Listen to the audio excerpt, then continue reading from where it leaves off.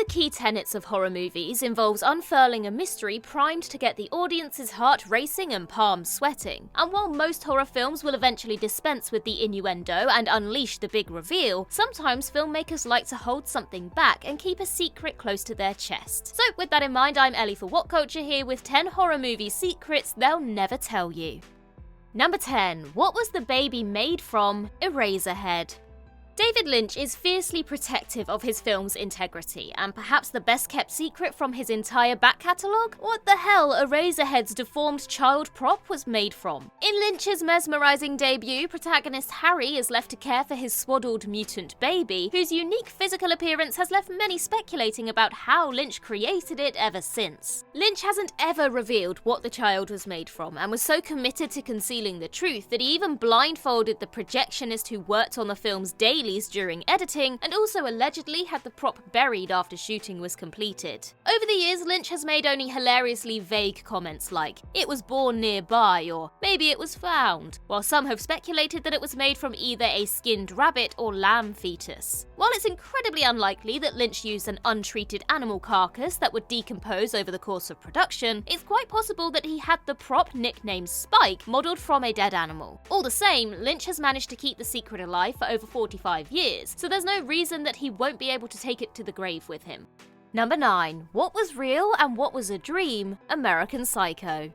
American Psycho's big ambiguity has been debated to death, namely whether or not the killings carried out by Patrick Bateman and the increasingly unhinged sights we witness throughout the film actually happened or are in fact mere fabrications within his own insane mind. Director Mary Harron has spoken at length about the film and especially its ending, but she's refused to explicitly confirm what was real and what wasn't, believing that doing so would take the movie away from the audience. She did, however, tell Charlie Rose in an interview that she felt it was a failing on her part as a filmmaker that some audiences came away believing the entire movie to have been a dream. Harron added that this wasn't her intent and she wanted to end the movie on a note where it's clear that the story is a mix of reality and delusion, though has sensibly shied away from confirming which parts of the movie are which. One can reasonably suggest, though, that all of the killings basically happened, but perhaps not in the outlandish fashion that they did in the film. And by the time Bateman's trying to feed a cat to an ATM machine and blows up a cop car, it's purely in his mind. Number 8. What does after midnight mean? Gremlins. Anyone who's seen the original Gremlins will of course remember the 3 crucial rules for looking after a mogwai. Don't expose it to sunlight, get it wet, or feed it after midnight. The first 2 rules seem simple enough, but what precisely does after midnight mean? When in a day is it no longer after midnight? And moreover, what if, hypothetically, you took a mogwai on a plane across time zones and fed them? What's the guidance there? Evidently, director Joe Dante and writer Christopher Columbus didn't expect audiences to spend too much time scrutinizing that rule. But in the years following the movie's release, that's basically all they did. And so, when Gremlins 2: The New Batch was finally released in 1990, Dante decided to poke a little fun at, in his estimation, over-inquisitive fans. When Clamp Tower is besieged by gremlins, Daniel Clamp's goons ask about the plane hypothetical, and also what would happen if a mogwai accidentally swallowed a seed in its teeth from a meal eaten before midnight. But before Billy can even attempt to answer, Gremlin Stripe bursts out of a TV screen and attacks them. It's basically Dante's tongue-in-cheek way of telling the audience, stop asking for answers because I'm never giving them to you. It's brilliant. Number 7. Who is Billy? Black Christmas, 1974. 1974's Black Christmas is something of an anomaly among the slasher genre, for despite turning a healthy profit at the box office, it never led to a sequel, just 2 ill-advised remakes released in 2006 and 2019. As such, film fans were spared the inevitability of a glut of sequels that over-explained the origins of the original film's shadowy killer, known only as Billy, who was played by numerous cast and crew members during production. The film's success nevertheless left many curious about Billy's past, given that Black Christmas doesn't reveal anything about Billy's identity or motivations for going on a murderous rampage. This was entirely intentional on the part of the director Bob Clark and writer Roy Moore, who felt that it was scarier to make Billy something of a blank canvas onto which the audience can project their own feelings and fears. Though the maligned 2006 remake does include a backstory for Billy, revealing him to be a victim of an abusive childhood, this hasn't demystified the original incarnation, whose past and nature still remain a mystery. Given that Clark passed away in 2007 and Moore is still keeping quiet about Billy, it's safe to say that he's going to remain an unknowable cipher forevermore. Number 6. What does the baby look like? Rosemary's Baby.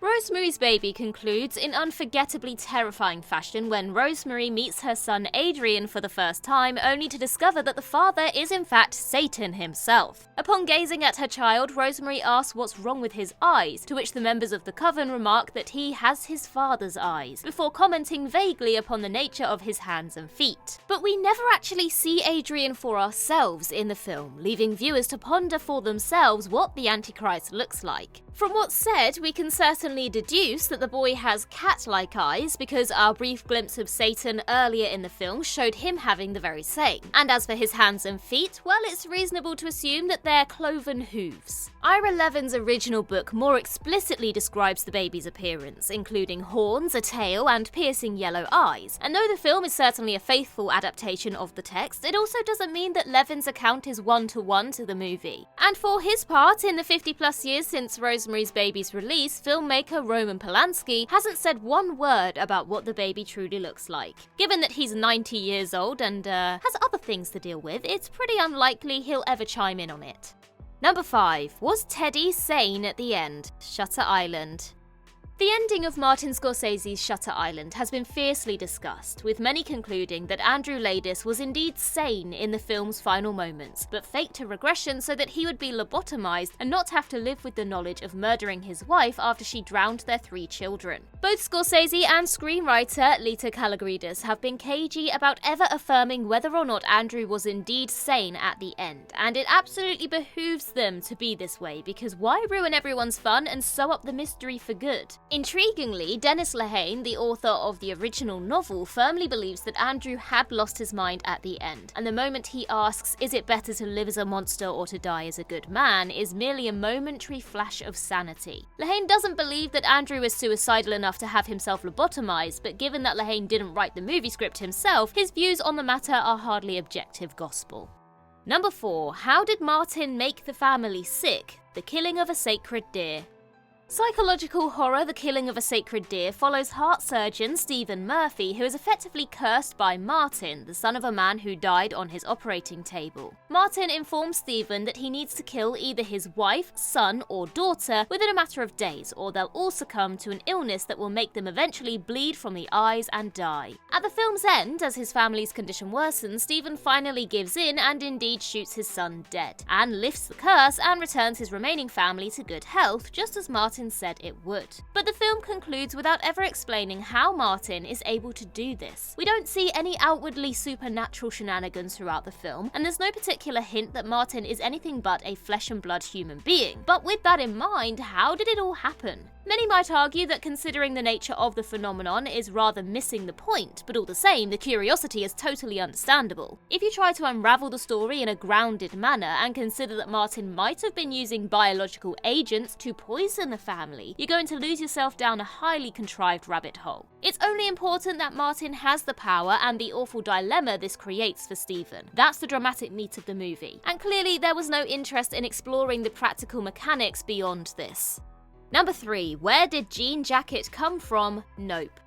Jordan Peele's Nope offers up a fantastically unique riff on a superficially familiar alien invasion scenario, though provides virtually no exterior context for the presence of this focal UFO nicknamed Jean Jacket. First and foremost, we're left with no indication of where Jean Jacket came from. Are they from outer space, or have they always resided in the clouds of Earth? Though many fans initially believed that the film's title was a sly acronym for Not of Planet Earth, Peele ultimately confirmed that this wasn't his intent, and despite discussing the movie at length over the last year plus, has refused to reveal Jean Jacket's origins. Caltech professor John DeBerry, who assisted Peele with Jean Jacket's design, implied in interviews that he felt the creature was otherworldly in origin due to its unconventional biology compared to all known creatures on Earth. Peele also called Nope an alien movie in interviews, though on the other hand, the film's VFX supervisor felt that Peele had conceived Jean Jacket as a terrestrial entity which has resided on Earth since potentially forever. Neither of these collaborators have the authority to say one way or another where Jean Jacket came from, however, so without Peele being forthcoming on the matter, it's destined to remain a secret for the ages.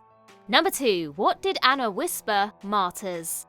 Unforgettable French horror film Martyrs concludes with protagonist Anna being flayed alive by a secret society of individuals who believe that torturing young women will make them enter a euphoric state and see a window into the afterlife. After Anna apparently enters such a state, the leader of the group, known only as Mademoiselle, arrives and Anna whispers something in her ear, presumed to be an account of what she saw when she became a martyr. In the next scene, however, Mademoiselle asks her assistant if he can imagine what comes after death, and when he says no, she tells him, "Keep doubting," before shooting herself in the face. The mystery of what Anna said to Mademoiselle has agonized fans of the film for the last 15 years. There are two obvious possibilities. Death leads to nothing, and the secret society's experiments have basically been a waste of time, or there's something so amazing waiting beyond that Mademoiselle couldn't wait any longer to go there and swiftly took her own life. But the filmmaker has kept his lips sealed ever since Martyr's release, and it's a smart move, ensuring that the film has remained a consistent talking point in the horror fandom ever since.